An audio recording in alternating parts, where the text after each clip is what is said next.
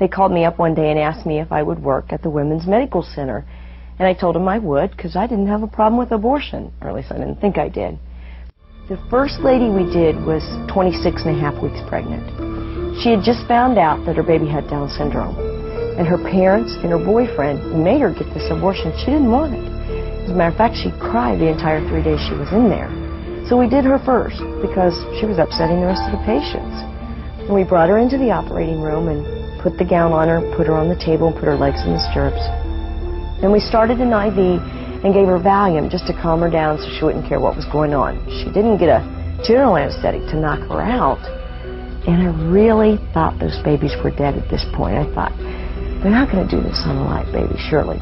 Something's killed the baby. I don't know what I thought killed it, but they were very much alive, and you could see the heartbeat. And taking a pair of forceps, he went up inside the cervix and into the uterus and found one of the baby's feet and turned the baby in utero because it wasn't headed feet first. He has to bring the baby out feet first.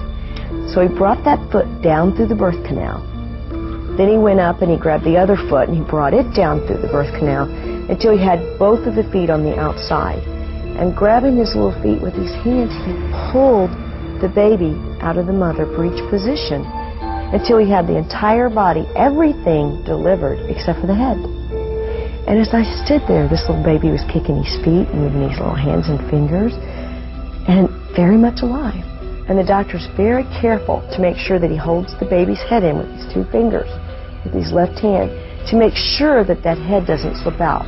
Because if the head slips out now, 3 inches, 3 seconds from being born, and he kills it, it's murder. As long as he leaves that head in there, and he's very careful to make sure that head stays there, it doesn't matter how he kills it. It's an abortion and it's legal in this country. And as I stood there in horror, I watched this. The doctor took a pair of scissors and into the back of the baby's neck, back here, he plunged those scissors. And when he did this, the baby jerked out in a startle reaction. And he took the scissors and he opened it up to make a hole in the back of the neck. And he took a high-powered suction machine and a catheter, and he stuck that into the hole, and he literally suctioned out the baby's brains. And they went down the tube and into a jar. And I almost hit the floor. I mean, I stood there and I thought, this isn't happening. This really isn't happening. I'm dreaming this. Please, wake me up. And I choked back the tears and the lump in my throat. And I couldn't believe it. I could not believe it. I didn't want to be in there. But it happened. He pulled the head out and he cut the cord and he delivered the placenta and threw it in the pan.